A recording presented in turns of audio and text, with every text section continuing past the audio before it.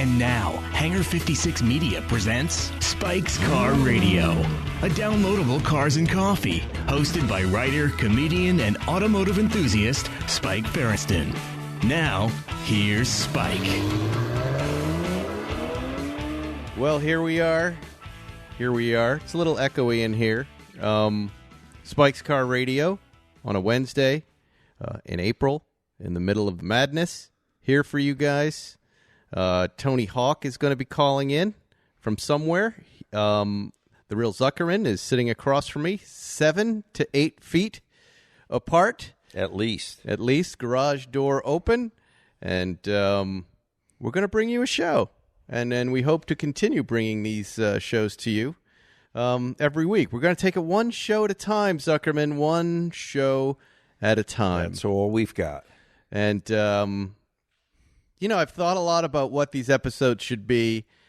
And, there's folks out there going, let's just talk about cars so we can be distracted.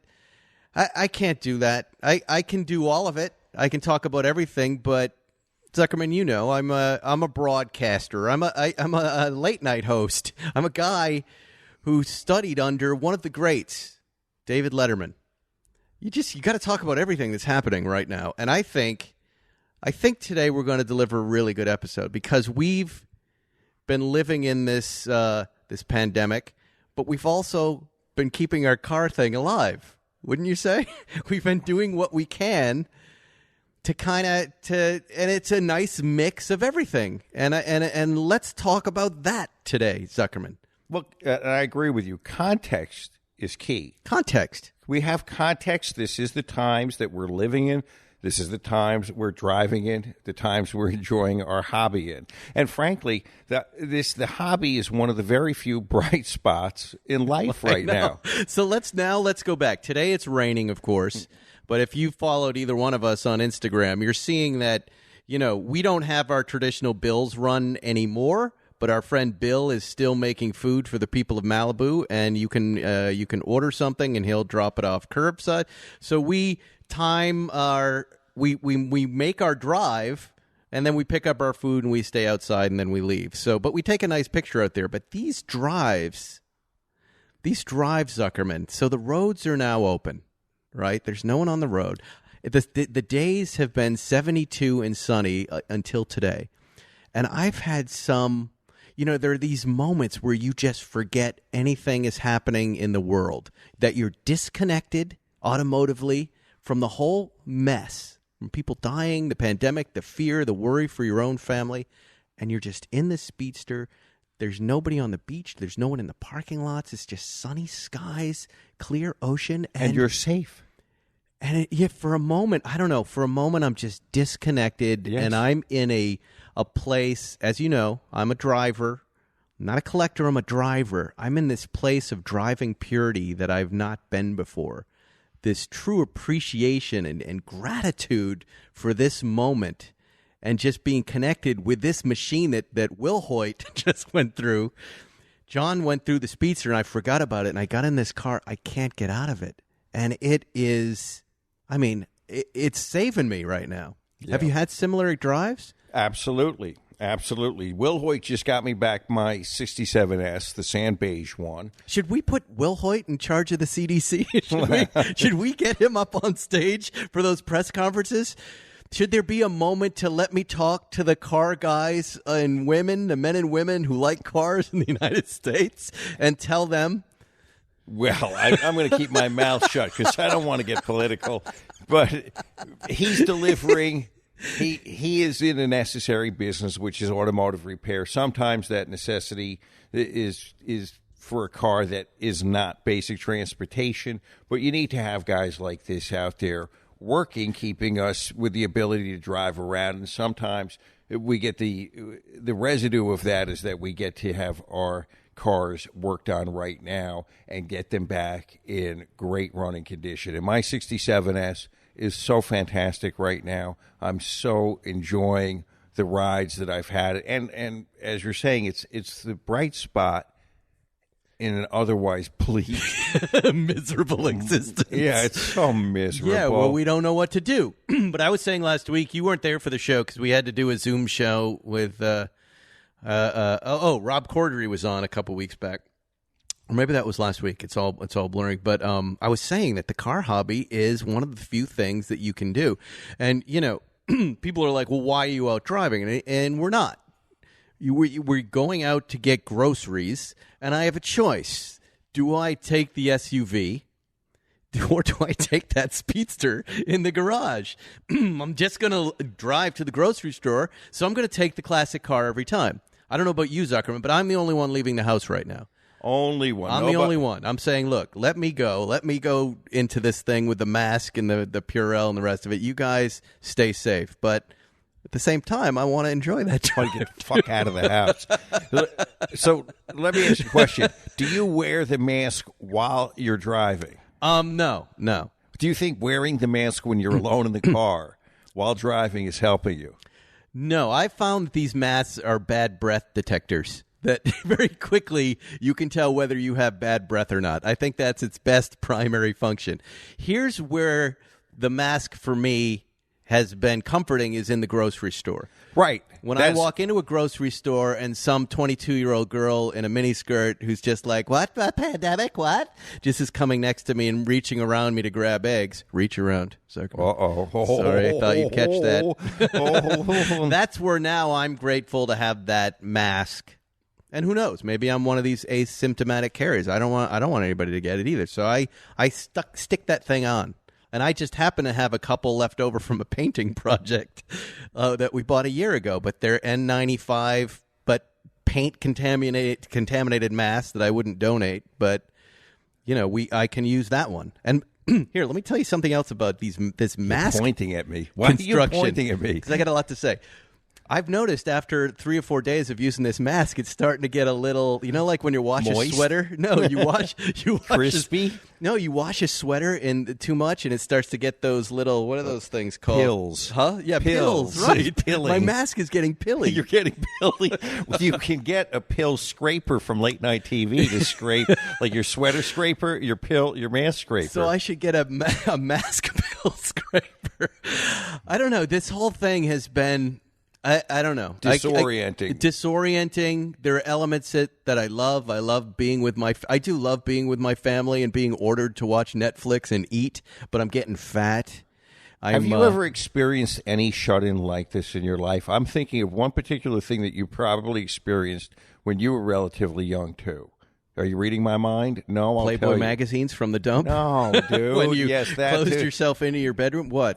Don't you remember the ice storm in 76? Yeah. The blizzard of 80. I thought it was 78. Was it 78? Yes. It was sometime in the 70s, and the power was out. Yes. And the only place that had power was my grandma's house. Mm-hmm. And we went there, and I think we had to all stay there for over a week. While they were restoring power, because the ice storm had caused so many power lines to fall down, if you recall. Right. And so we were trapped in the house for what seemed an eternity, and that was a week. We had it a little different in Massachusetts. As you know, I live in farm country. The snow came down hard, and then it melted, and an ice skating rink formed in my backyard. So every day we were in snow and ice heaven. When there was too much snow, we built these gigantic behind Conway Realty in West Bridgewater, across the street from Hockomock Farms. Hockomock. We built, that's where I had my first job, bagging groceries. But we built these giant snow forts that would collapse on us. Somehow we didn't die. I mean, it was epic. Epic. It was one of the two of the best, greatest weeks of my life. Was that no week. school. No school and so much snow we didn't know what to do. Skiing in the street. You know what I mean? Right. Just jumping into piles that were taller than you out in the woods. With the crust on top. Yeah, it was really fantastic. This is beyond that, though. This is already we're 3 weeks in, right? And there's no letting up. There's no letting up on this thing. This thing keeps going, right? Look at what's happening in South Korea, Zuckerman. Everywhere. They got everything under control. They kind of relaxed the rules, and now they're having hot spots again. like a dog. Like, Why does a dog have hot spots? You've never had a dog with hot spots? Like, No. Periodically, Buddy, my Japanese chin dog, who's I think has an extra chromosome, he's not very bright, but he'll get a spot that he won't stop itching. Oh, yeah. And then he gets all the fur off of it and then turns it into a bloody welt. They call it a hot spot? They call that a hot spot. Wow. This is great. Well, we're going to meet Tony Hawk in a minute. He's just going to call. You can't see it, but I bought this little selfie tripod, and I've hooked up one of the microphones. I've got it aimed right at the bottom of the phone. I think this is going to sound better than the Zoom we did with Rob Corddry, which Zoom, as much as I love it, the audio quality of it is very muffled, so it's not perfect yet. Yes. Now, this tripod, have you noticed that there's a lot of people using these tripods these days to do things in their quarantine? Yes. I've seen these girls Yes. leaping towards their phones Yes. while disrobed. Have you seen that one? I have. I'm wondering how that stuff stays on Instagram, or the one you sent me last night. Yes, with a guy slapping a woman with his extra finger. Yes. Hey, let's talk cards for a minute. You don't want to talk about who is the big gentleman with that? I don't know. That's something I wondered about. Has he been tracked down yet? Has he been tracked down? The big, very well endowed gentleman that seems to be popping up on everyone's Instagram. Yeah, the funniest thing that was sent me was like Jerry and the cast from Seinfeld all on a Zoom together, and then him as the fifth person. That one really made me laugh. I wasn't sure, about sending it forward, but a lot of folks sent that to me. I had an interesting experience this morning because my lease is up on the Range Rover Sport. Oh. Okay. And I was getting one of those Defenders, but now there's no ETA on when these things are going to arrive. They were supposed to be here in April, and now nobody knows when it's coming. So I extended the lease for 6 months, but they said if you can find something else, we'll end the lease and you can have the other thing. So I got it in my head. You know what I'll get? I'll get a G-Wagon. I'll go on this morning, and they got to be, they have to be free, right? Not true. Not true. You can't find things. Dean sent me one. Well, explain why. Because there's a finite amount of things right now in the marketplace. The supply factories chain have has broken the factories down. have all shut down. So that was, and this was more of a question for you, Yes. because it's just I haven't done enough research on it. But everybody's shut down, right? Nobody's making cars anywhere, right? Nobody's making anything. But the dealership shut down. Oh, yeah. Absolutely, they've shut down. So everything. Everything. Now, I will tell you, you know that I'm pointing at you. O'Gara is right outside my window on the other side of Clark Street from my office in Beverly Hills. They have remained open. I think their argument to the city of Beverly Hills, because I've seen the police go over there on several occasions, their argument has been that they are performing an essential function. Now, I know you can drop your car off there for repair. That's essential. But I think that they are also having some customers come in to buy cars. This would seem to be an odd time to buy a Rolls or a Bentley or whatever. Now, if I'm getting the story wrong, I apologize to them. I've just seen the coppers go over there on more than one occasion. How do you know that's about staying open? Because I know. Because it could be about for other reasons. No, it's about staying open. I know that for a fact. Now, mind you, I did also get a call from the city of Beverly Hills from code enforcement, and they wanted to know if we were open. And the answer is that my law office, which is carrying out essential functions within the understanding of the law, I have a skeleton crew in there. And I have posted notices around my building for the neighbors to know that there are several people in there carrying out essential functions for our essential business, because we are providing necessary legal services, financial services, social services, access to medical, etc. I don't know what they're doing over there, but that guy who called me from code enforcement said that O'Gara had their lawyers contact the city to allow them to stay open.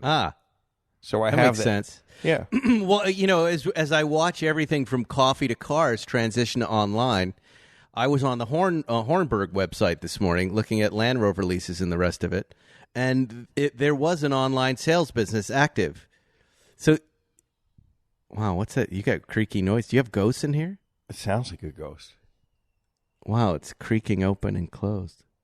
We're fucked. That's like the Pirates of the Caribbean ride. What I think they're doing, aside from fixing cars, is it did look like, and why couldn't you buy a car online and make the deal over the phone and have the car delivered? What's wrong with that?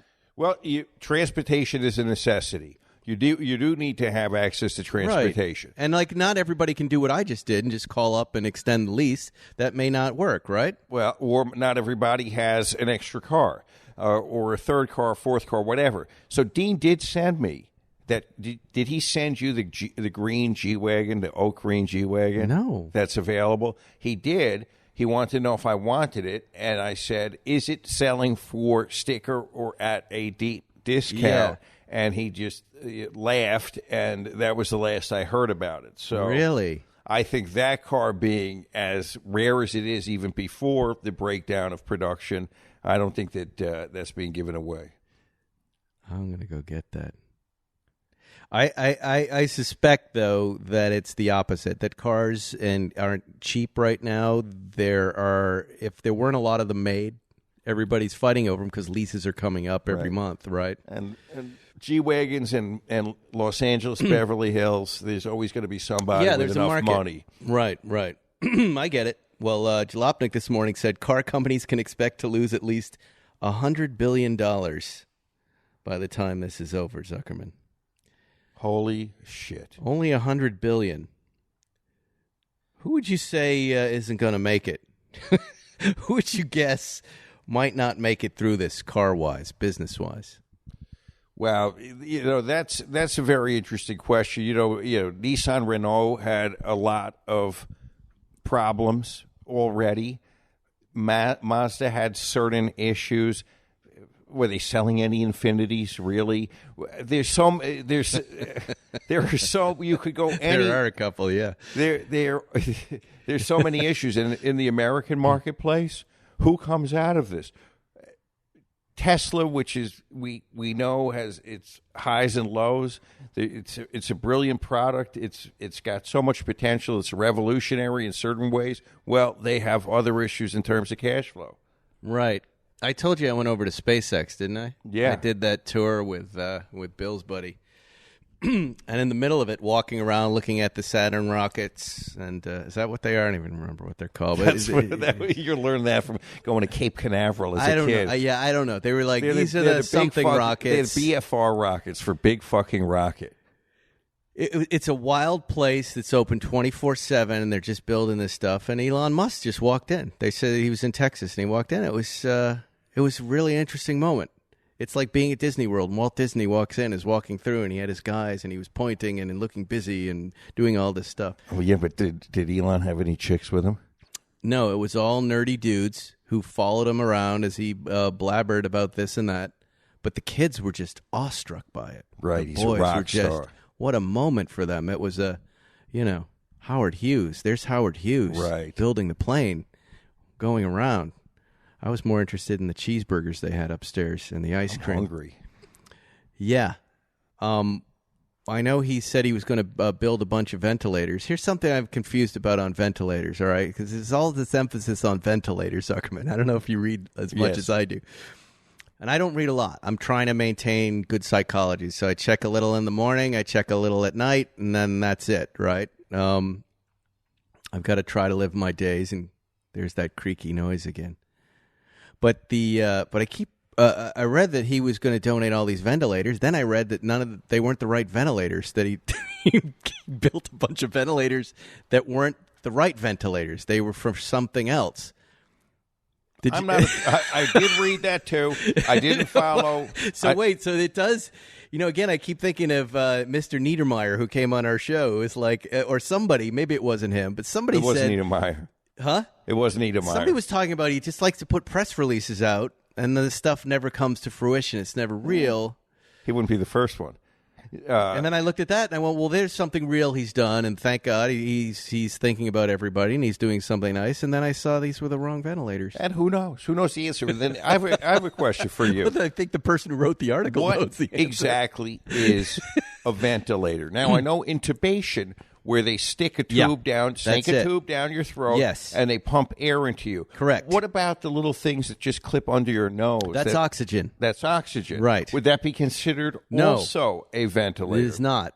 That's just oxygen. The ventilators we're talking about are that horrible device where they give you a little something to stop your lungs from working, and they jam this thing down your throat into your lungs, and the machine breathes for you. Now, I keep reading a lot of other stuff. Again, don't listen to us. We're a couple car guys talking in a hangar. But that 90% of the people who are on a ventilator don't make it. Like, the ventilator really for 90% of people is the end of the line. And then you see this. There was the 90-year-old lady in Belgium who said, don't give me the ventilator. Save it for somebody younger. She died.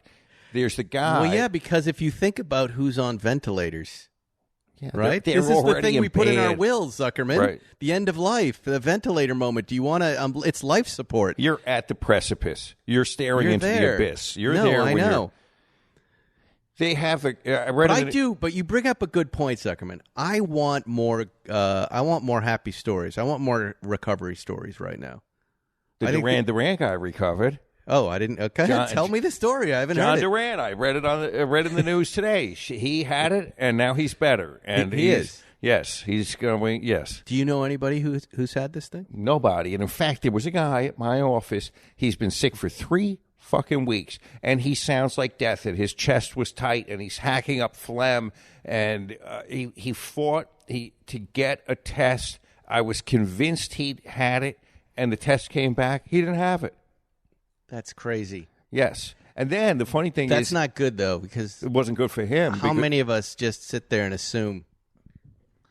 He's concerned now that if he gets it, he will be so weakened by whatever else he had that he will expire.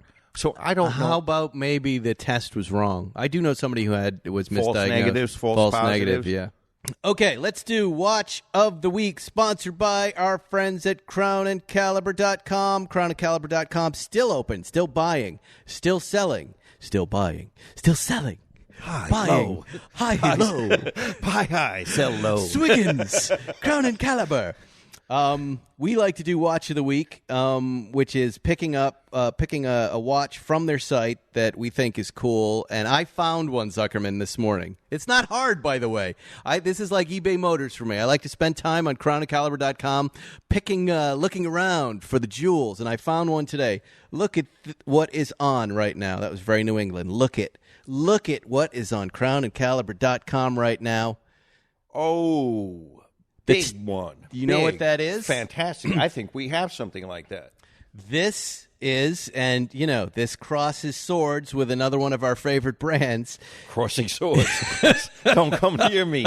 I will not cross swords with you. This is a Tag Heuer Autavia. The new Autavia, Heuer 02, caliber Heuer 02. You guys know this watch, but it's the Hodinkee Special Edition. There's a Hodinkee Special Edition Heuer Autavia on crownandcaliber.com. How about that for mixing brands? That's right. How about that for crossing How DNA? Does that even come into the stream of commerce? Those are very select watches. These watches, Zuckerman and I both have them. We were gifted one by Hodinkee. They are one of the most beautiful watches. They remind me of an 80s instrument panel, the 87 Absolutely. instrument panel. Whenever I drive that 87 Zuckerman, I wear that watch and I look down and it's got the speed. Oh, my God. This watch is beautiful.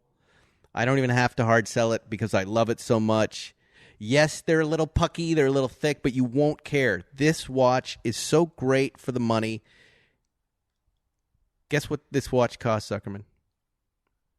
Well, it's gone down from what Hodinkee asked. When Hodinkee had it, I think they were asking $6. 5 to 6. Yes. Yes. What is the current market? Is it you say well, down? Whether this is the current market or not, I happen to know they did not make a lot of these, and this watch is only $4,850. Well, this would be a buy. This is a buy. Yes, you want this watch. You want to hold on to this watch. Those Hodinkee watches, they have the appearance of they made and sold a lot of them. I'm hearing they did not. The numbers are quite low, and you'll be very happy if you get one. And this is definitely a great price for one. So go to crownandcaliber.com and find that Octavia Heritage Caliber Hoyer 02 Hodinkee Special Edition CBE 2117 men's watch, and you'll be very happy. Anyway. Speaking of the marketplace, I've spent my time right now posting studies of some of my classic cars. I think you've seen that. I post a picture on Instagram, but then in the story, I might post as many as 10 or 15 pictures of the details of these vintage cars. I did it with the 67 Sandbase 67S. I did that either on Saturday or I did it yesterday. And a guy sent me a message that said, why don't you sell this car instead of laying off employees? And I almost took the bait of engaging with him, but and he's got a point. It may come off a little bit showy in this pandemic, posting pictures about cars. I think I'm doing a service in a way, entertaining people or sharing something with people, but trust me, we're in this garage and we're looking around this garage at a bunch of cars, and frankly, I think they're worthless right now. I don't know who I would sell any of this shit to. Well, you brought up a very good point. Look, and again, this is where we started this show off, Zuckerman. I know from where I'm sitting, when I go to Instagram, I want a lot of different things. I do want information sometime. I am curious about the people I follow and how they're going through this. And at the same time, I would like to disappear in your car photos and somebody else's car photos. You're exactly right. It's good to be able to distract people. That's why we're doing this show, right? It's good to give them something to listen to. I know as a consumer of media, that I look forward to every night now. Watching whatever I like on HBO or Better Call Saul, Bob Odenkirk's show. They take me out. Or watching old movies right now. The best. Old Neil Simon movies are the best. Really? Just an old Technicolor film can really transport you to a different time and take your brain and your mind off this, and you need it because you're losing it. Sometimes we're stressing out here. We're facing something very, very big. Hey, Mr. look. Hawk. Wow, look, Tony Hawk is calling in. Let's plug in. Hold on. Answer the phone. Hold on. Let's see how it works. Is this Tony Hawk? It is. Hello. Hey, there it is. Tony, you've got me and Zuckerman. We're here. I'm just going to check your audio. Go ahead and... Okay, yeah, reason I'm late, I was trying to call you from my landline in my house, and all I could hear was static, which seems so ironic. Right? So I'm on my cell phone, and to be honest, this usually doesn't get good reception at my house, so I'm not sure what to make of it, but if you can hear me now, that's good. I can hear you perfectly. I'm just going to I'm going to raise your levels a little here. Zuckerman, you might have to talk a little softer because I got you on the same channel. Okay, hold on. So how are you doing, man? Oh, pretty good, considering. It's weird, but we have three kids in college, and they're all home now because their college is shuttered for the most part, and so it's been interesting, but it's been fun to see them. Am I right in remembering you have 25 children? Yep, give or take. You have a lot. We do. Well, we have 6 total. And like I said, 3 are in college, and they're home now, which is funny because we were kind of almost empty nesters up till a couple weeks ago. And now it's crowded house. And then they all came back in full force. And does everybody skateboard? They do, yeah. My daughter's not so ambitious in it, but she does enjoy it sometimes. Well, thanks for coming on the show and calling. We're sitting here in West L.A. and Zuckerman's car hangar here, so it's a little echoey. It would have been nice to have you over. I'm curious, what's your quarantine look like right now? Because I follow you on social media. Do you have your own private skate park at your house? We do, yeah. We have a small concrete setup. It's about 4 I don't know what it is. It's like it's. I would say if you drove up to a city and this was the skate park you were presented, you say it was small. But for our house, it's nice. And can you get all 6 kids out there at once and whip them around and get them doing it like a circus, like the Tiger King? Yeah, no, I would say at the most we have 3 skating at once. And honestly, I'm not really invited to those sessions. Really? Oh, really, you're a downer. So my only function when I'm out there is that I'm the filmer. Ah. I'm their personal video guy. In fact, sometimes I'll be at home, I'll be in the house, and I'll get a text, "Hey, can you come film this for me?" That's happened about 3 times over the last week. And what are they doing with this footage? Social media. Oh. I'll tell you what, I'm not getting any credit, that's for sure. So we've got hot kids on Instagram posting their vids. Yes, absolutely. I love that. You know, are they intimidated at all by you? Is that why they don't want you around? Because I know right now with any writing homework my kids have, they will not come up to my office and have me help them. They would rather mom, who's not a writer, do it because they're a little intimidated. Yeah, it might be that. It might be because I do tend to give them unsolicited pointers. How to do it right. And maybe they're not, but to be fair, one of my kids was trying to learn a pretty difficult trick the other day, and I came out and guided him through it, and he eventually did it. And, you know, he wasn't outwardly thankful, but I could tell that he wasn't going to get it on his own. Wow. The politics of kids. Yeah. I mean, who wouldn't want Tony Hawk? Everyone wants him except his kids. I understand that. That's what my life is like. That's every dad. Yeah. Yeah, exactly. Except, listen, EMA, think about all the skateboarders out there right now who are going, you've got your own private skate park. Like, Zuckerman, I like to skateboard. You've got Tony Hawk with nothing to do. Can you imagine? I want to show Zuckerman, you posted something on Instagram here. This is our friend Tony Hawk, Zuckerman. And you don't mind me saying you're 51 years old? No, it's the truth. Look at it. Here he is skating, Zuckerman. Watch this. I Ready? Unbelievable. Here he goes. No, wait. He's jumping on. There he is. He's on the edge. He goes down. Look at him. Look what he is doing on a skateboard at 51 years old. Tony, I come from a brainy Jewish family. If anybody was to ask us our body type, it would be not athletic. It would be academic at best. And were you just a natural with this skateboard thing? I'm sure you've answered this a million times, but how do you come up with this athleticism and capability?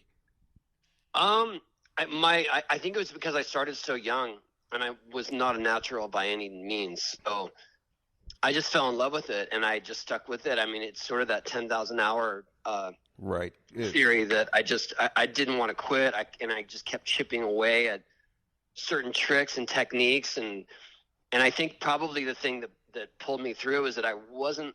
It's not that I didn't throw caution to the wind, but I wasn't afraid to get hurt along the way, and I think that's sort of that's the demarcation for a lot of people where they say, no, I'm not getting hurt. Or, you know, I tried to skate, I broke my ankle, I'm never doing it again. I remember, Tony, when we were shooting that pilot for Spike TV, I thought I remember you telling me that you haven't really broken a lot of bones in your life skating.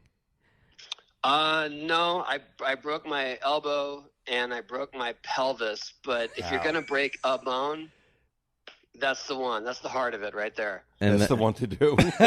That's a good break. By the way, on that pilot, I broke a rib skateboarding. Yeah, I was surprised you didn't get more hurt, honestly, because I remember watching it and thinking that was really bad. Yeah, it could have been worse. Was this you in the T-Rex outfit? Yes, this was me on an electric skateboard. By the way, still have that electric skateboard and love it.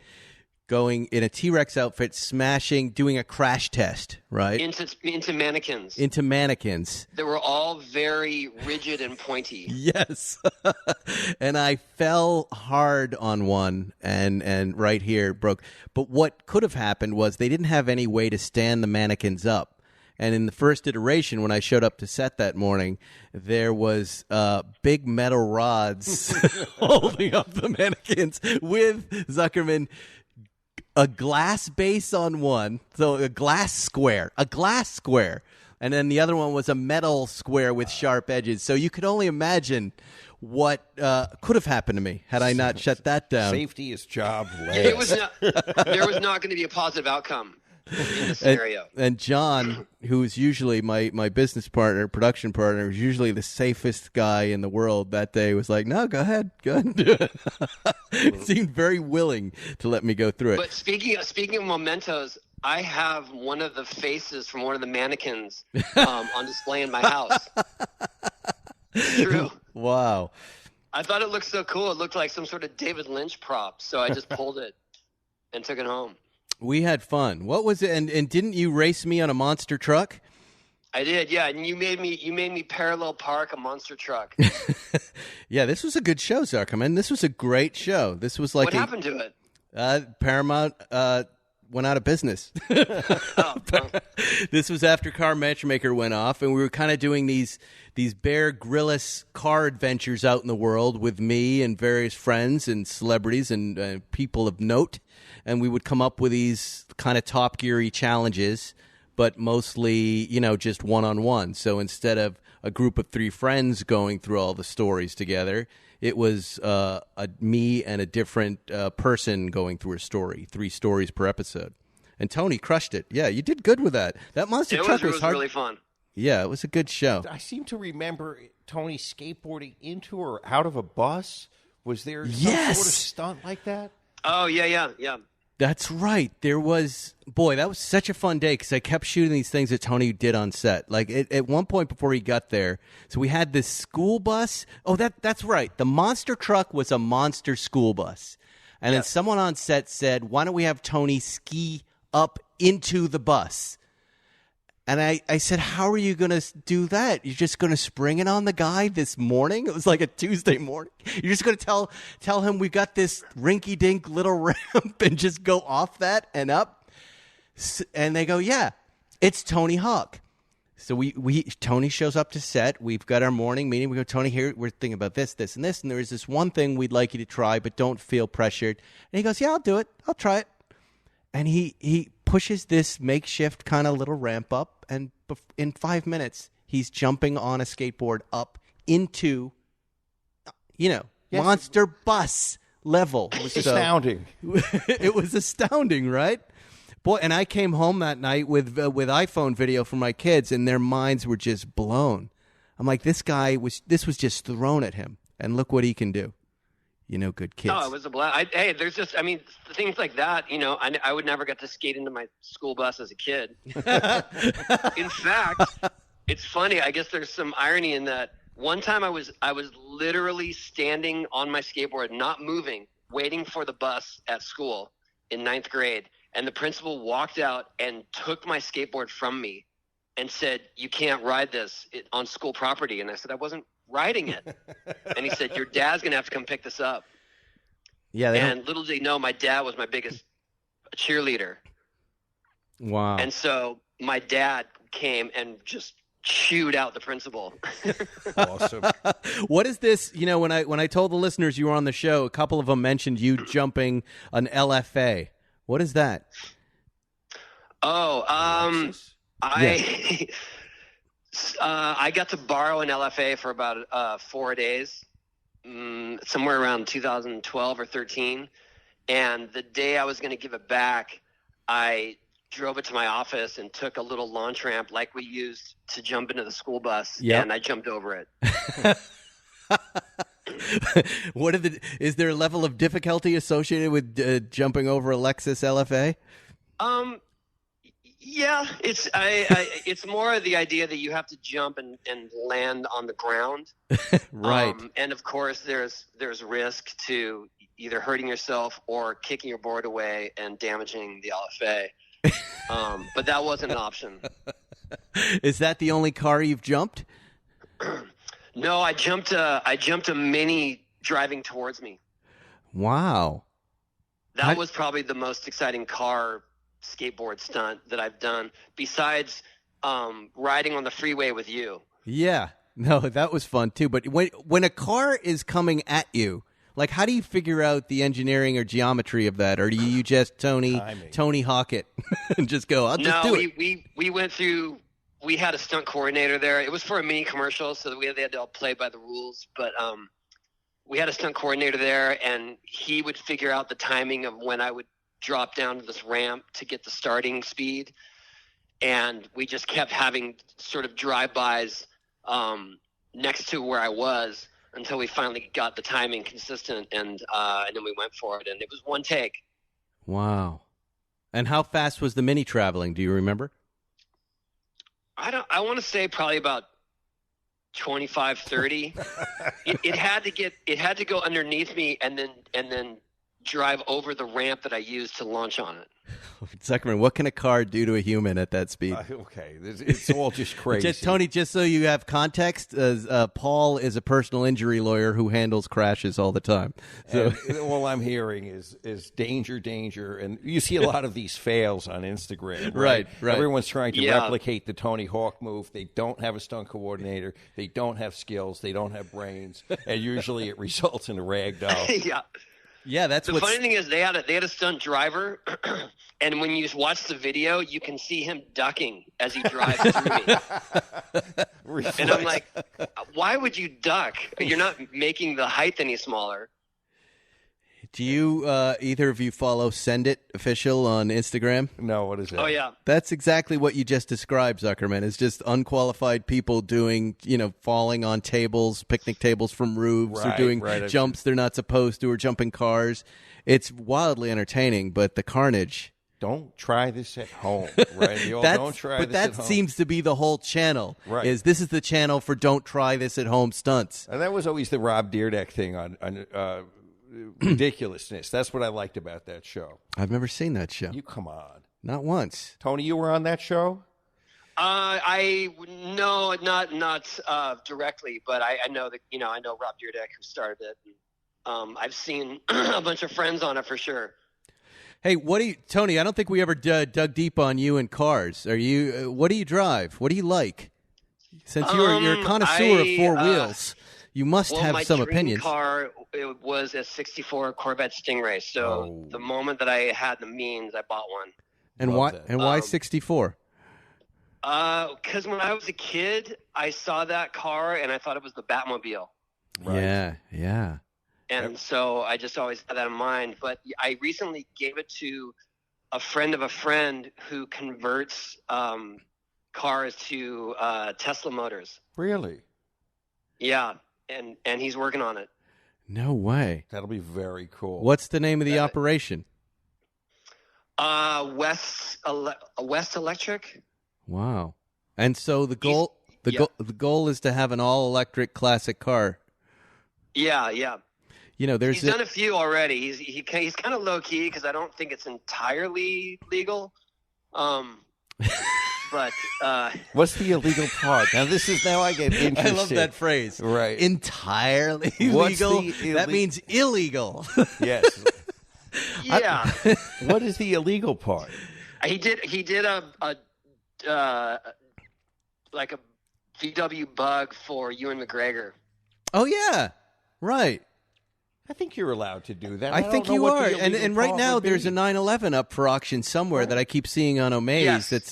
He did that. He did the 66 911, right. And we see Neil Young. He's got, in Malibu, he's tooling around in a 59 Cadillac that's being an all-electric Cadillac Eldorado. I like the idea that you pull up to a Tesla charging station, though, in a 64 Stingray. That blows everyone's mind. Yeah. I love that car. But other than that, I have a Tesla Model S P100D. That's my everyday car. And so what is the thinking there, that this is like a skateboard, that we don't want to pollute? Describe your Like, why, what does electric mean for you? I'm not going to lie. It was the horsepower. It's the speed. It's the speed. I had one of the original ones, and I live in San Diego, and I was not able to drive to LA and back in the original Model S because of the range. And so I sold it. And then when they came out with the newer batteries, the newer efficiency, and I realized that I could make it to LA and back, that's when I bought the new one. And that was it. That was the selling point. As long as I can get to LA and back and I can go that fast, I'm all in. Tell me about when I see you traveling, I noticed a lot that, are you leaving skateboards for people? I mean, I know nobody's traveling right now, but what is this thing you're doing? You visit a city and then you leave skateboards around the city after you leave? Or? I used to do a whole sort of global Twitter hunt where I would send out skateboards and boxes of goodies to friends in different cities and have them hide it. Yeah. But these days now, that got a little bit too complicated. And so these days, after I am done doing whatever I do at a city, usually a skate exhibition, then I will leave the skateboard somewhere in the city as I leave. Right. Okay. And then and so you'll tweet a couple of clues, and whoever gets to the skateboard, they get to keep usually it. I just post a photo of where it is. And sometimes I'll linger because sometimes it's not in the most hidden place. So sometimes I'll kind of linger and make sure that whoever gets it is actually searching for it and not just walking by. Oh my God, that's so cool. And so do the people who get the skateboards eventually reach out to you and go, "It's mine," and take a picture? Yeah, I'll put a very specific hashtag on the skateboard so that I know to look for that hashtag for whoever found it. You know, there's no better gift than a skateboard. There really is no better gift. We just wrapped a show and we gave skateboard decks to everybody with a show logo on it. And, not the most expensive gift, but the biggest enjoyment response we've had for a production gift. It's really amazing. They're always good wall art, too, if you're not going to ride it. Yeah, but I just mean even when I give a skateboard to a friend for, one of my kids' friends for a birthday present, it always delivers such joy. It's really one of those things. It's like the food equivalent, Zuckerman, would be ribs. Like no one ever has a bad time eating ribs. We're always happy when we're eating ribs, right? The skateboard is like one of those ultimate gifts. What do you, did you ever stop by? My little local shop was Rip City Skate here in Santa Monica. Do you know those guys? Yeah, sure. That's where we kind of have our entry point for the business. And I have an Arbor longboard and a Santa Monica Airlines board and a Dogtown board. But I want to get into Birdhouse Skateboards now. Birdhouse Skateboards is your brand. And it is, yeah. We've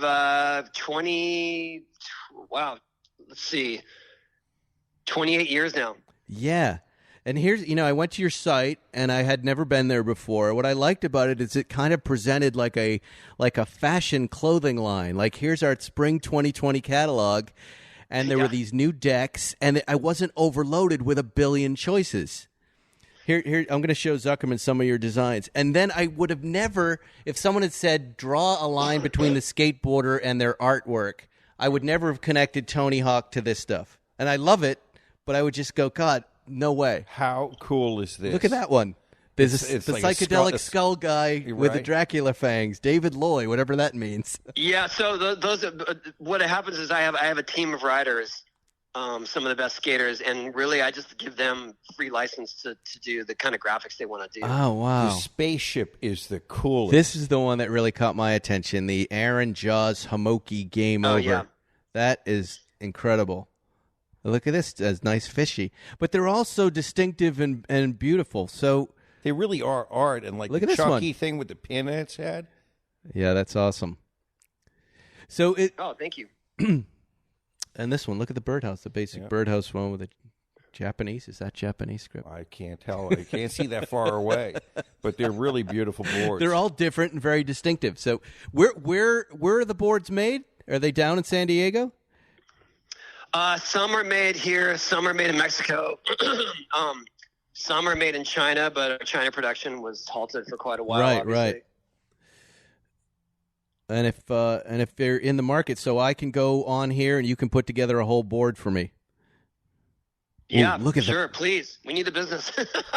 Oh, now here's the one I was going to buy and it's sold out. The Birdhouse 6. Complete skateboard. Which one is that? The 6 logo. Complete skateboard red block. Yeah. Wow, that's cool. That's a beautiful board. Well, this is great, man. Look at you. Tony Hawk jamming. In the time of quarantine. In the time of quarantine, he's got his own skate park. His kids just want him to be the cameraman, which is very relatable. Very, very relatable. He's doing what we're doing, Zuckerman. He's able to do his passion, even in this quarantine right now, which is skateboarding. Yeah, that is not lost on me. I do feel very lucky that the only thing that's really kind of changed in my world is the amount of travel, and that's okay with me. Right. And not going to really nice restaurants. That's one of my favorite things to do. But it has been really nice to connect with the family and still be able to skate.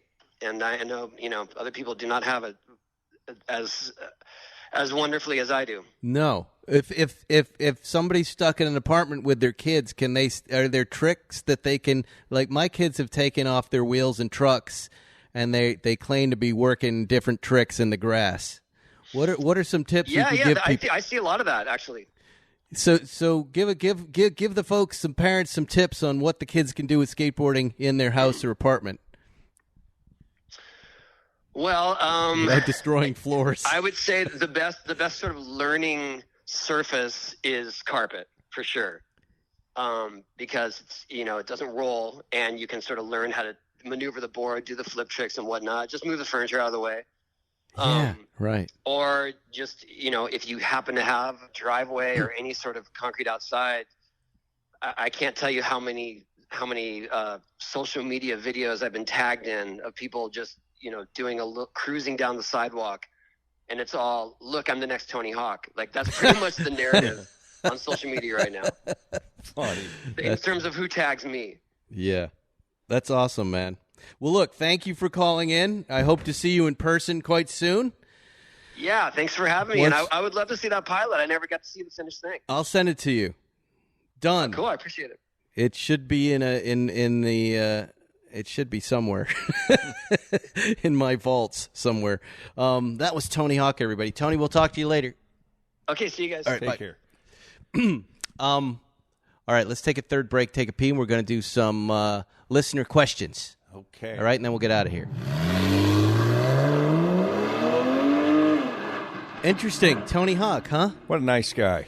He's not been on the show before, right? I guess I was thinking about this pilot, right? You've not met him. And I remember the pilot clearly, but no, he has not been on this show. He's so great. Doesn't he still sound like a teenager? Absolutely. I keep thinking, hey, dude. Him on The Simpsons, right? Oh, yeah. On pretty much everything. The guy's an institution. Yep. Unbelievable life he has. He never really answered the question, though, of how many kids he has. Did he have like 20 kids? I thought he said 6, but what? 6? I thought he said 6. That's pretty good. More than I could take. I can't barely take 2. But the truth is, we're all trapped in the house together, Ferriston, and, it's got its moments. It's got its ups and downs. I think that there's going to be a lot of people that file for divorce after this experience. I think there are a lot of people stuck with each other that don't want to be together. I like my family, but there are people, I hear complaints out there. I hear complaints from people. No, of course. Look, relationships are trending in one of 2 directions. It's like stock, up or down. They're going up or they're going down. There's no plateaus. There's no horizontal line in relationships. This is a fast forward button. Yes. Like you've never seen. However, let's just say, all right, we're done. How do you get out now? Don't. Right. I know. It's wild. You think there's been any murders? Think anybody's taken a frying pan? If you Google what they did in France, yes. I mean, obviously, domestic abuse is a very big concern when you're locked up with your accuser, mostly men, right? So I thought I read that they had rented a hotel to take these idiots out of the house to protect women. sometimes men maybe, but to separate these violent couples, and they throw all the violent offenders in the Hotel Bristol or something in Paris. You imagine what that's like? The fourth floor is going to rumble with the third floor. It's just all the bad guys all together, beating the shit out of each other. Yeah, there's your sitcom. Let's write that show. All right, we asked for listener questions. I think they mostly misunderstood what I was saying.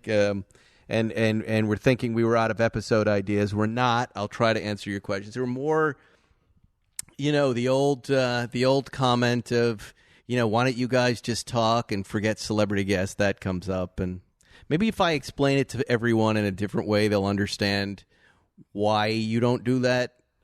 Because this is, since I began working in late night in the 80s, this is what you hear about these types of shows. That we would just rather you, the host, talk to your psych. We just want that to be the show. Don't bring in. This is the oldest comment in the world, and it's not true, and it doesn't work because the reason you like Dave talking to Paul or just the crew or that first act, the reason you like just us talking is because you have the counterpoint of the other stuff. That if the show were just that, the two hosts or the small group just talking, it would get old fast. It just does. I'm going to give you an example. Anybody who thinks it should just be me and Spike, there is a movie that was from the 1980s called My Dinner with Andre. Yes. And it's just two guys with a camera on them having dinner. And if you can make it through more than a third of that movie without wanting to kill yourself. Yeah, and I mean, it's a multi-dimensional answer, which is, when I started this podcast, I really wanted to create an hour to make my life fun, an hour that I enjoy. And, I called Zuckerman up, and I called Jerry and Matt Farah, and I said, let's just get together and chat. But really, I was crafting this hour that was very much like a late night show, and late night shows with a little car element to it are promotion. There's an element of promotion, and it's about keeping not just the audience interested, but me interested in going through the hour. And as Zuckerman just attested, we talk all the time. I've spoken to Matt Farah about this because he hears about it too.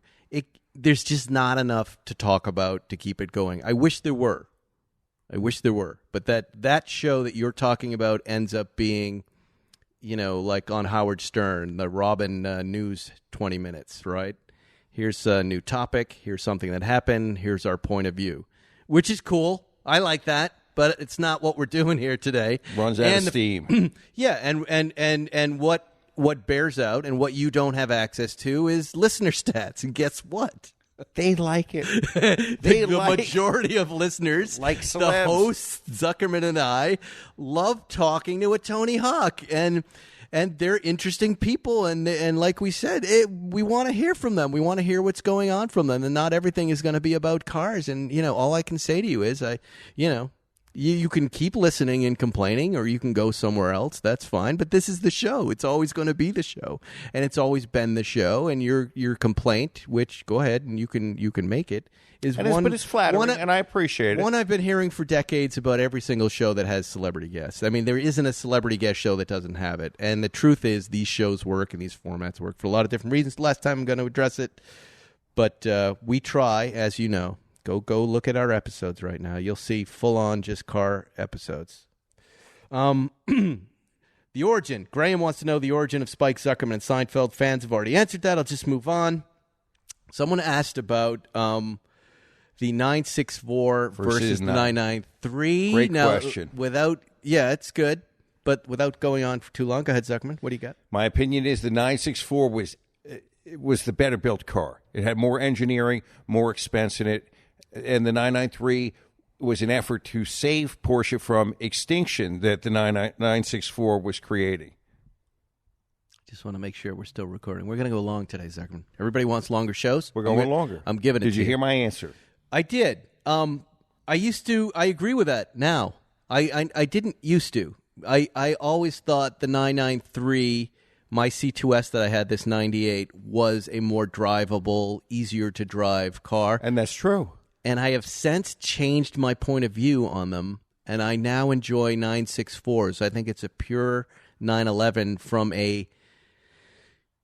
again, an interior aesthetic. So from where sitting in that driver's seat and looking out the window, I feel more 911 in the steering wheel, in the braking, in the acceleration than I do in the 993. Yet I'm still, again, this is talking about favorite kids. I Right. still love all the kids. Pepperoni or sausage pizza. Which one do you like better? But if you were to ask me what I would buy today, it would be a tough choice between a 98. I'm always looking for a silver black 98 C2S with a manual seats. gearbox. I don't even care about the seats. I but love the sports But I seats. want motor sound package. But any 964. I've never owned a 964, but when I drive yours, I love them. They're great. Really well built. They went so much further than the G body in terms of build quality. Mm-hmm. There's a solidity to the 964 that stands out from Yes. from the G body or the 993. And remember, there was a time, I'd say in the early 2000s, where we thought the 964 was ugly, and the 993 was so much better looking. And that's kind of flipped now for the vast majority of people. Here's it's not a GSR says, why does Jerry have such great taste in cars but not in shoes? That's a great There you question. go. I can't answer it because he's not here. Or am I? Oh, Jerry, I'm here, Spike. I've often wondered this myself. I can give you my opinion on it. I have an opinion. I You can go. I can give you my opinion on it, having known this man for quite some time since we wrote on the show. And back in the day, there used to be this Nike lab, I think there still is, where it was a big deal for these celebrity guys to be brought in to design their own sneaker, and you could make them kind of wild. So there's an element of that, this one of a kind exclusive colors. I think Jerry's also a bit of a nerd, so he likes the Mets, so he gets some Mets sneaks, or he likes a certain livery, a Martini and Rossi livery, so he'll buy sneakers based on that. However, I think the number one factor these days, and maybe I'm completely wrong, is I'll tell you. he's a funny person and he likes to look funny. There is once he said to me, I go, he pointed someone out. He goes, I like that comedian. I don't even remember who it was. He goes, but he's already. I go, look at his face. He's funny looking. He's already halfway there. He's already halfway there to the laugh. And I think of those sneakers as a way of getting people closer to the laugh. They're not intentionally over the top and goofy, but they make him fun. There's an element of that, and I'm going to tell you, I think his feet hurt, and I think that those are the sneakers that he does best. That does in. not account for the colors, Zuckerman. I'm just telling you, there's an element of bad feet in there. Well, that's true of all of us. I mean, don't you find? I seem to be more concerned with my feet than I've ever been concerned with. All right. We often talk about well-sorted classic cars, but how do I find the right place to get a car well-sorted out of L.A.? Oh, this is an easy one. Well, the first thing is you have to apply money. It's like tuition in the school of life. It does take time to figure out where to get a well-sorted car and who you can work with on what cars. We have had years of experience at this now, But and we know where to go. Let's refine what you're saying. Let me say it in a simpler way. You have your guy, okay? You have your car. You have your punch list. You hand car to guy. If car is returned and everything on punch list is done, that's your guy. To your satisfaction, done, that's your guy. If half the things are done, you start to make excuses for the guy. You call him up and he's saying, well, let me look at it again. A lot of us, and I used to do this too, just go, okay, take the car again. You got to just cut this guy off right now. Cut him off like a little piece of cancer. He's no good, and move to the next guy until the list is satisfied for a reasonable price in a reasonable amount of time. But never allow the guy to make excuses. Then you will find your geniuses. That's how you do it. It's hit or miss, but you have to be cutthroat about it. It is true. they have to have the knowledge and the skills, and they have to be good at business too, because there's a few guys out there that we know that really have the knowledge and the skills, but they can't get the cars in and out of their shops. No, and we confuse personalities. You and I have done this together. You'll say, yeah, but I like the guy, and I'm like, that's no reason to keep giving him your car because you like him. I'm a sucker for that. Yeah, I know, we all are, but you can't be confused. So what I end up doing is, and it's been 20 plus years I've been doing this at this point. I know I have a big group of guys who have I've separated out a big group of jobs. Some of the guys get the simpler stuff because I like them, but I know they can handle the simpler stuff and they're faster and they're closer. But when it gets to the really tricky stuff, the really important stuff, there's just a few, right? There's just a few guys we go, he'll be able to handle that. There's our engine guy. There's our race car guy. There's our suspension guy. There's our wheel guy. You know, you come to learn that there's not just one guy. I think you and I maybe have two of them that are just a one-stop place. But you have to go to 3 or 4 shops and get them for what they do best. Find their strengths. Right, Zuckerman? I would agree. Right? And then don't be afraid to put your car on a trailer or on the back of a truck and send it to someone to fix. It's worth the money because it comes back perfect. There were about 5 guys in Southern California I like. I'm sure it's not an exhaustive list. I'll say them if you want me to, Ferguson. Let's keep it general. Yep. We're going to need sponsors soon. Yes. All the advertising's dried up across America right now. So we'll say your name. You just got to pay us to say it. Got to pay us. But you know what I'm thinking of doing? I think Hangar 56 will just sponsor this thing, and we'll just do it ad-free until everybody comes back, right? Why don't we need ads? Sure. I like the integrations since we stopped having Podcast One produce this thing. And, also this hosting I had digital insertions. Digital insertion. Oh, Ferguson again. Before you reach could around. Say it, there was reach around. There was insertion. I'm just stopping you from saying it. And liver-y. But I believe we just moved the podcast to something that has no ads. So aside from our friends at Crown and Caliber, you'll have nothing on this show. Nothing. This is our gift for you. I don't even get new car cases. There's no new personal injury cases. Nobody's crashing into anybody out there. I don't know how deep we want to get into this, but an oft-asked question, Zuckerman. Oft. And you find us in a good week where we know a lot about it, is where is the Zagato and what is going on? What were the things missed by the Italians on it? Now, I don't...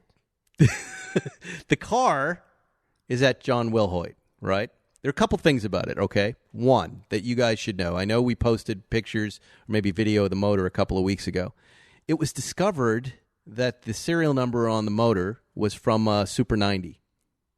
And the motor was not built out by the Italians to that spec, right? And the car was also, yes, the car was a Super 90. The car was a Super 90, right. So it Will made Hoyt, sense. Who was doing a little fixing work, a little sorting work for us, made this discovery and offered to rebuild the engine to S90 specs. And we said yes, right? That's one thing that's been holding this thing up. The engine is done, and I believe it's in the car, right? And we are supposedly VIP customers, which means that, and I always laugh when he says that because it's glacial. But Zuckerman, but he's the best. The horsepower now is rated at 125, right? Right, and that's considerably more than a Super 90.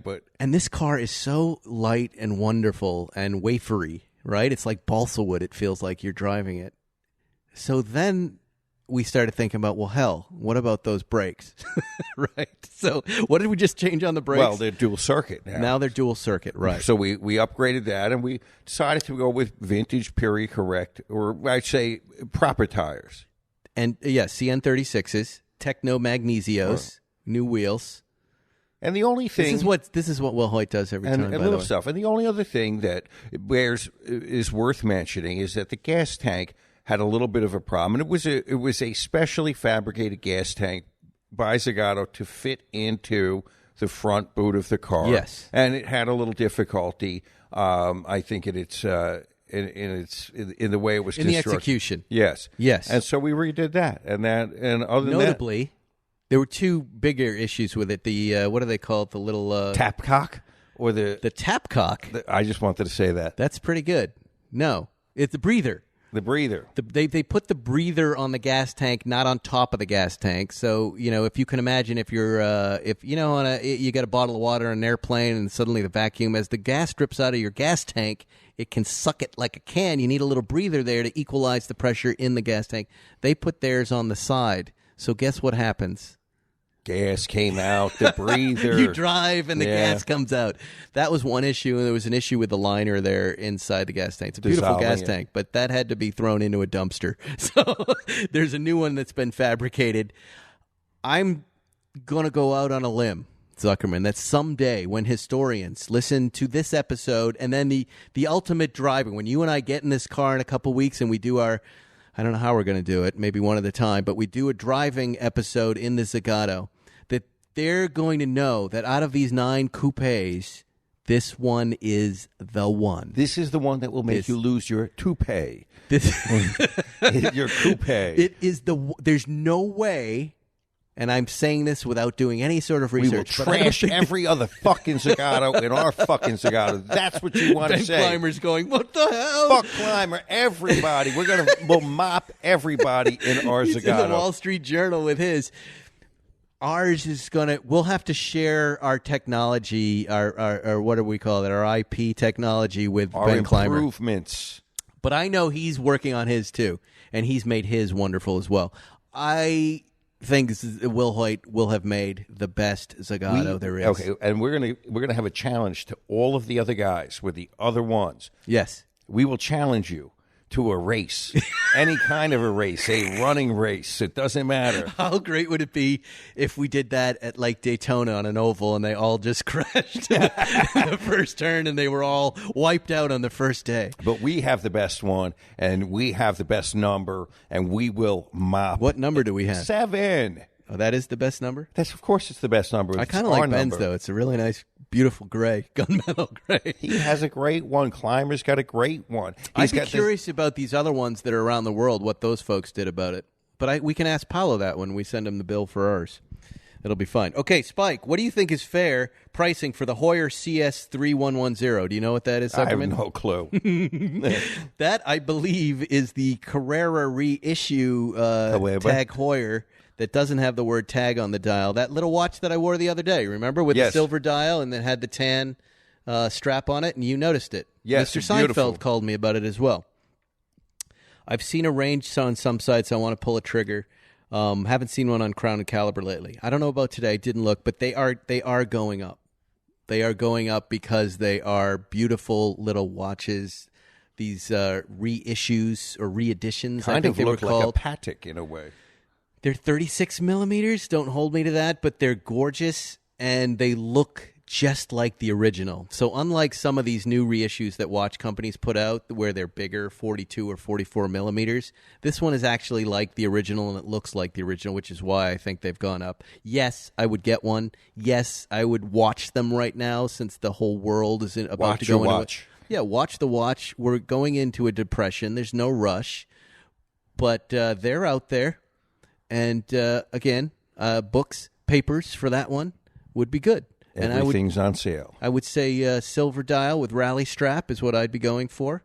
And then, you buy a bunch of other straps from Boulong and Sons and other sites, and you've got something really cool. I think they're beautiful watches. What is the reference number of the Heuer you made available to me for my son's birthday? Oh, you're going to kill me. Oh, how could you forget?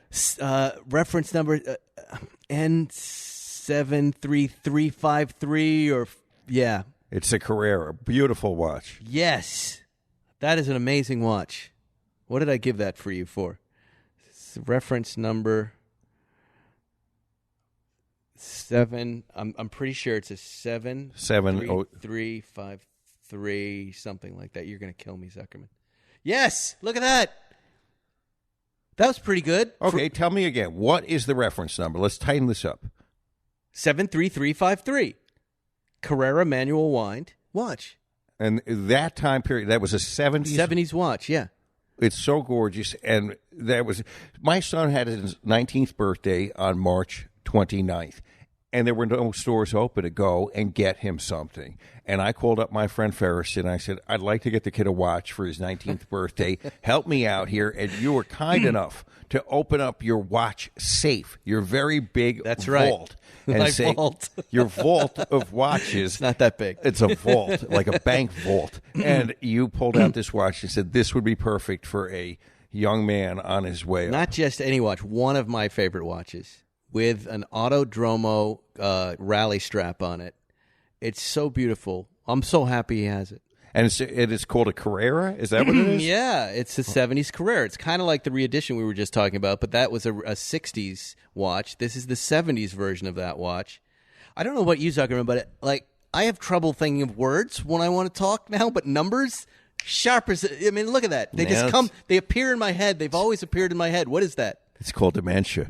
And then No, but why can I only... My whole life, I've been able to remember a phone number the first time someone gives it to me, but I can't remember the name of the guy who says it. Russell Crowe, a beautiful mind. You're mentally ill. You're fucked up, and you have dementia. And this is as Reagan said, the long journey into night. Yeah, but it's been since I have a kid. So you're saying what about me? You're fucked up.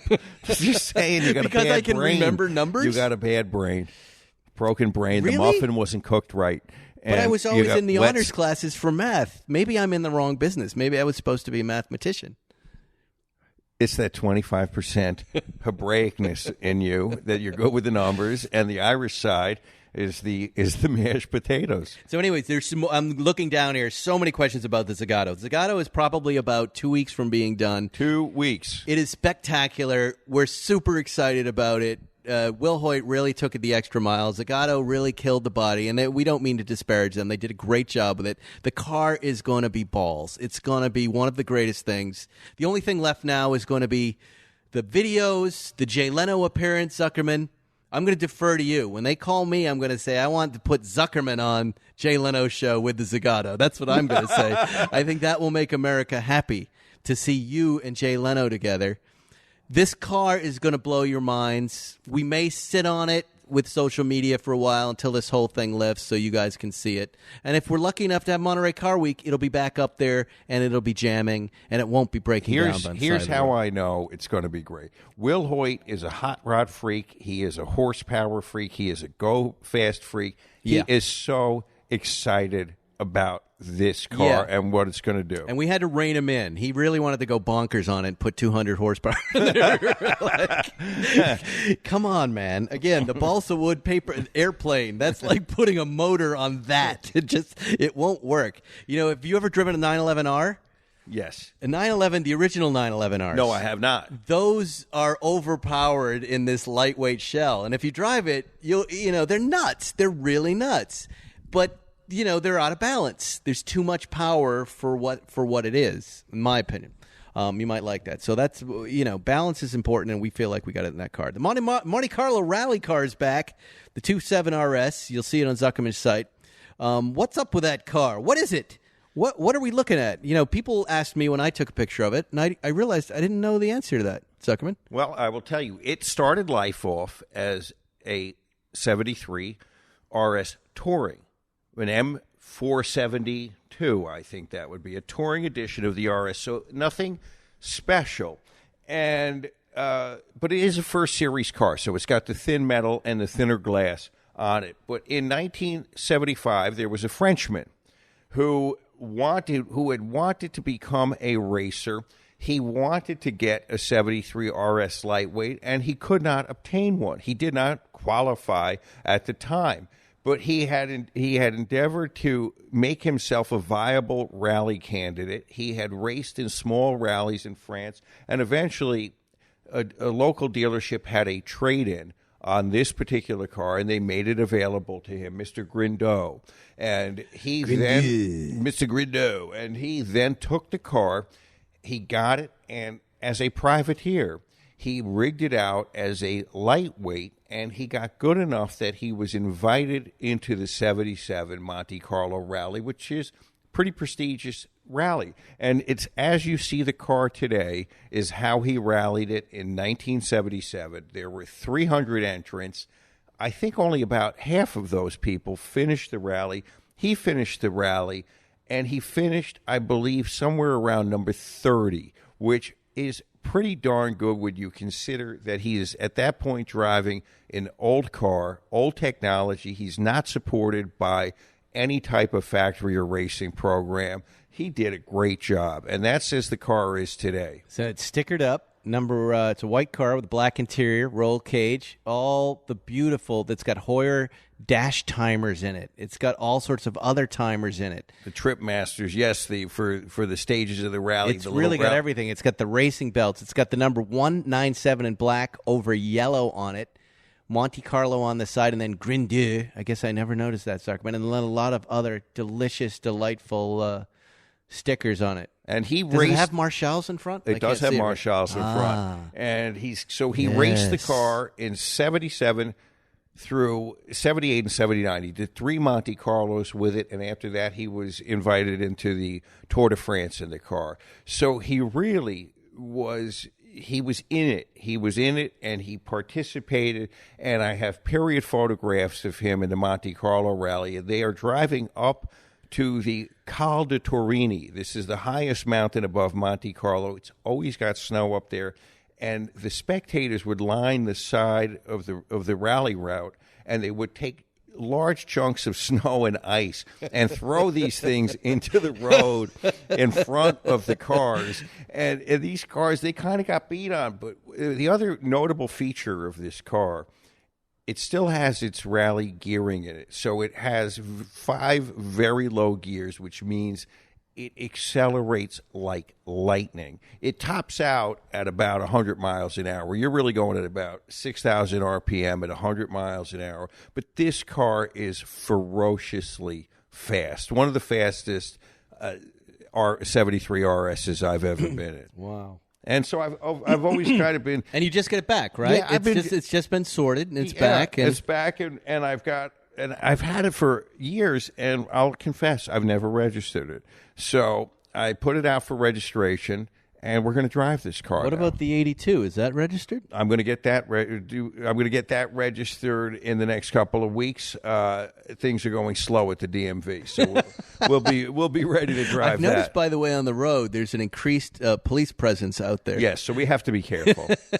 Because the roads are open, there are a lot more people speeding, but I've noticed a lot more people driving 2 miles an hour in the passing lane. I don't know. Now there's no excuse to be in that lane driving like that. And they don't seem to know, Zuckerman. But look, and I'm glad I brought this up, and I'm going to recommend to any of my L.A. people here and Malibu folks, since people aren't getting the message, normally I wouldn't say to do this. Oh, let's hear the anger. I'm not going to be angry. Do it. But since they're impacting our life, I've noticed I'm going to start condoning flashing these folks from behind them. Give them a little polite double flash, something I wouldn't say do, but I say do it now, because I've noticed when you do it, people pull over. They get what you're saying. Like, I want to pass, and this is the passing lane. And, you saw that I posted on West LA or whoever that was, the California Highway Patrol have a funny little site where they're proudly boasting about pulling over the idiot kids who are using this opportunity to race, and good for them, and I'm glad they're doing it. And don't be speeding on the PCH. Yes, they're right. There's a lot of death on the PCH. But I immediately posted, can you do something about this issue?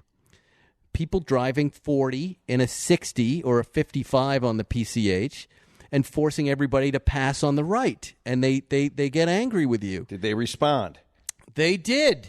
Really? Yeah, they said, you're right. Yes, we'll keep an eye out for it. Now, I know they're not going to do anything, but... Okay, but at least they gave you some lip service. That was nice. And I don't think people know this. I think they have a right to...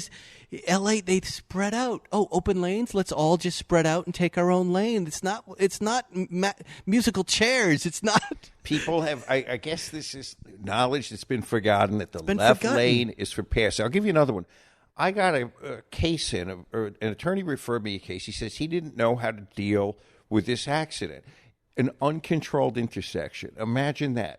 no stop signs Yes. or lights. That's all of Vietnam. All of Vietnam. And do you remember from the olden days, Yes. from when you took, who has the right of way at an uncontrolled intersection? Assume everybody gets there at the same, two people get there at the same time. The person on the left. No, it's the person on the right. Oh, okay. But you were correct. It is. There is the person on the right has the way. The person Okay. on the right has the right of way at an uncontrolled intersection. And the Okay. guy and this young attorney said, "How did you know that?" And I Right. thought, how do I not know that? I remember that being in the test. But when is the last time you truly ever saw an uncontrolled intersection? And in this, I guess it's Cypress or wherever down in some type of place in Orange County. There's this whole neighborhood of uncontrolled intersections. What a funny thing! But you would think everybody would know and ask the question, well, what do you do? And there you go. Well, people don't. They Here just crash in. on the, and by the way, somebody's getting mad at me for calling it the PCH, and I'm like, what? The Pacific Coast Highway? You're not they're allowed saying to. no. You got to call it Highway 1. No, I don't. I'm gonna call it the Pacific Coast Oh, now Highway. you sound like me and Porsche versus Porsche. What is it called? Zuckerman, in the post by the police, there was, and we're on the Pacific Coast Highway. PCH is the shorter version of the Pacific Coast Highway, and I'm not changing that. And here's all I'm saying. All right, look. And this is working right now, Zuckerman. This is a whole new thing for us because we only have a few drivers on the road, okay? Flash them. Most people are good. They pull over. They get you on a pass. You got to give them a wave. You have to go, thank you. What about Saturday when that motherfucker wouldn't let you? No, wait. We'll get to that. I said thank you, right? Do you do this? Flash and thank you. I want you I always listeners give a to start peace flashing. sign. And if they pull over to the side, you wave to them and you say thank you. Because I think they learn in that moment that the left lane is the passing lane. And then now it's incumbent upon you and me, after we pass, for To us get over. to then get over. That's 100% correct. Right? I do that And I do as that a teaching too. lesson, too. Yes. Why do we think we have the right to teach anybody? Because they're stupid. Now, who blocked me? Do you think I want to teach people? I don't want to teach people, but they force me. They force me. I'm a victim of their idiocy, Ferrison. Yes. Don't you get it? Yes. Okay, what happened over the weekend? What do Now, you mean? you'll remember, we were coming up north on the PCH. We must have been around Highway Topanga 1. or Sunset, and I managed to sneak through. There was a person witless in the left lane. Witless in the left lane, just not aware that they were blocking traffic, Yes, and yes. I was able to pass in front of them in my little car. The woman, I think it was, beeped at me angrily. That, how did you pass me? And then that person tightened up to make sure they were blocking all traffic Yes. from getting through, Yeah. and then you fell far behind me. I did. Oh, what a motherfucker. But it's not, and it ends up being not just me, but then it's 30 cars behind 30 you. cars. And, it looks like there's a traffic jam when there's really not. There's not. There's no one on there except for a person in the left lane corking, like a cork in a bunghole. Keeping... Yeah, and it's not the easiest road, and I totally get that you want to sightsee. Just pull to the right. Just drive slow there. You don't have a right to slow anybody down. What are you doing? What are you doing? That's why I think now the flash is important to institute, that we are going to move to a flashing state. Why? To let people know I have a right to come through. You don't have a right to slow me down, so I am exercising my right to let you know that. And my other pet peeve, don't make a U-turn. This is what we're talking about with a deadly virus killing our friends. Don't make a fucking U-turn where you're not supposed to. Go to a place where U-turns are permitted to safely. Yes. There's places on the PCH where you can make a U-turn legally. Don't just decide to loop a U-turn from your parking spot. But you've been hit by these U-turn people a lot. I've now incorporated your U-turn accidents into my everyday driving. Yeah, you see this now. No, I just know it's now a new thing that's possible. That at any moment on the side of the road, anywhere in the city, someone might decide to just make a U-turn right in front of you, and you're going to Selfish. T-bone Pure them. selfishness. I'm just going to make a quick U-turn because I can't be bothered to take any time to pull into traffic safely and get to a place to do it. It's all selfishness. Wow. Ferriston. It took an hour and a half to get you angry. This is good. Oh, I could be angry. You want me to get angrier? Yeah. Why? Okay. And here's another one. I see this piece of shit. It's in the time of quarantine. There's almost nobody on the road. He's pulled over in his Range Rover. Yep. He is about 5 feet from the curb. He has exited his vehicle, and he has left his door open, fully ajar in traffic, and he's talking to some lady, homeowner, on the sidewalk. And I know the thinking is, oh, I'm just getting out for a second. That's what anybody would ever say. And there's no one on the road. And there's no one on the road. It's just a second. There's no one on the road. And really, one of these days, I want a vehicle, an urban assault vehicle, just a death mobile, without plates on it, and I'm going to take those doors off. I'm going to fix the problem. I'm just going to take doors off. Motherfucker, I got to slow down. What would be good for that? The Rhino? Something with those big, like, chromy front bumper things on there, right? Get something like an 80s Dodge Ram Charger with a big brush bar on the front. The brush bar. A brush bar, and we'll just brush those doors off. That would be good. Yeah. And have you noticed that everybody's walking, especially here in the LA? Street. But they're walking in the street. The street. But they're thinking, I've got to stay 6 feet apart from the people I'm walking with. But they don't separate one in front. They separate out to the street. Oh, God. And now you come around a corner, and there's just people in the street. And Human lemmings, I call them. Look at the lemmings. These are just interesting new problems that you don't expect. Well, most people, I notice, most people are not spatially oriented. Right. They're not oriented in the supermarket. When I used to go to supermarkets, that was something that always drove me crazy. Why are you've decided to stop where there are some items already impeding the flow of traffic? They've got all of these boxes of, say, mineral water. Yes. And this is where you've decided to stop. Lady, you stopped right where no one else can get by, and you're mindlessly staring at the items on the shelf. But there's a new thing that happens, Zuckerman, because I'm the grocery man, all right? This is going to make you crazy. There's the indecisive butter shopper. So I was at Bristol Farms. There's a woman. She doesn't know what kind of butter to get. I'm 6 feet away. I can see the butter I want, but it's right in front of her. Oh, yes. But I've got to wait for her to pick up every one and look and at study it. them. And study them as if there's going to be an answer there. You're stuck in the six foot bubble. You can't. You're stuck watching her do her thing. And you want to go, what the hell, butter lady? Just get anything. It's fucking butter. Just butter. We're all going to die. Get your butter. We should have little stickers that we put on products that say, yes, this is the fucking one you want. Just taking a fucking move on. I know what I want. I know in advance what I'm going for. And by the way, I know how to build my salad. I don't go, I start with the lettuce and I move down the salad bar swiftly. Yes. I don't come in the wrong way and then ponder whether I want to put in corn. Salad bars are over. There's no more such thing as a salad bar. Yeah. There's no such thing as a buffet anymore. That's gone. That's not going to survive. That's out. Yeah, Hometown Buffet is going to be bankrupt for the 18th time. They should be. All of that stuff is done. Chuck E. Cheese, all of those disgusting Petri dishes. Monterey Car Week is still on. That seems far-fetched, but I hope so. 917 panel with myself and Mr. Seinfeld and a bunch of famous drivers. 917s should be happening. But, that's all I've got my eye on is that car week. Hopefully we get there in one piece with minimal damage. We always have fun. Always, and there's always notes for you at the hotel. Yes. Do you know a guy got arrested for doing that? He got arrested. Okay, I'll find out where Ferriston is staying in the hotel. There's always a pad there by the phone, by the elevators, and I always write Spike. And then a big weenie I put on there, and then but the guy that got arrested was graffitiing Penis Man. Well, what is the difference in a family hotel when you're drawing penises by the elevator? Everywhere where we go, there's a bunch of it's only car people. I saw women and children. Oh, like they've never seen a wiener drawn. By the way, you talk about ribs making people happy, skateboards making people happy. A weenie drawn is always going to make somebody laugh. It's a happy thing. You're not the guy to judge that. I am. Because you're the weenie drawer. I'm going to tell you. It usually gets a laugh. You think? Absolutely.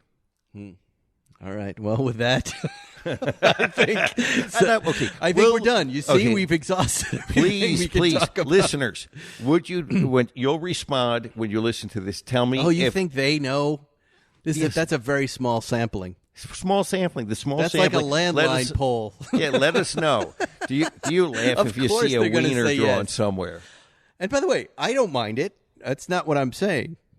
But I just think, knowing that the weenie guy or the penis drawing guy actually got arrested for doing this at some point. He was defacing public property. This you is can't private graffiti. property, and you're buying an elevator, and there's a camera there. Oh, hello. I'm going to turn to the camera and say, sup, fuckers. I'm going to draw a weenie. Sup, fuckers. Hey, fuckers. Why do you say it like that? What does that have to do with anything? Didn't I send you the picture or the Instagram where the Spicoli dude says, hey, sup, fuckers, I'm going to show you how I get ready for my shower. And he's taking a powerful hit off of a roach. Oh, yeah, and that guy sucks it in. That's an old video, but I like it. It's an oldie but a goodie. Anyway, next week, Zuckerman, thanks for showing up. Next week, we'll get together, hopefully in the sunshine, outside, at a safe distance. Mr. Johnny Lieberman is going to be calling in. He's going to call in with, he's just driven, Zuckerman. Pay attention. The 992 Turbo. Really? Turbo and the Cabriolet. And he's going to come in and I think he's off the embargo. I think he can tell us about what the new 992 Turbo is all about. He won't come in person. He's going to do it by phone. What are you doing? Here, let's do it. What is that? What is it? Here. Got to hold it to the bottom of the phone. There you go. That's my favorite one. Okay. Zuckerman and I, all night long, send animal videos to each other. If you wonder what we're doing not watching shows. We like otters. We like do stupid raccoons things. Raccoons that are interacting with other mammals. That's good. Playing with dogs, yes. Dogs, a dog standing on a ducks is interesting. Anything that I can make a joke about different animals commingling and causing a new virus makes us laugh. People getting hurt can be funny. Like people getting hurt, getting funny, but it's mostly the animals that we really like. I sent you a couple of good animal ones the other day. We like digging Shibus. What are those called? Shiba Inu that digs Shiba furiously Inus? fast. Yeah. Funny, so if you got any of those, send them to us. We like that. Weird shit. Weird stuff. And then, of course, beautiful girls. Anyway, that's it. That's all we have for you guys. I gotta go. I'm hungry. Goodbye. Stay healthy. Stay safe. It's been another episode of Seldom Right But Never in Doubt. Brought to you by Ferriston. Can I end the show? Stay healthy, everybody. And we'll see you next week. Thanks for listening to Spike's Car Radio, brought to you by Hangar 56. Listen to new episodes every Wednesday, and be sure to subscribe on Apple Podcasts, Spotify, or wherever you get your favorite podcasts.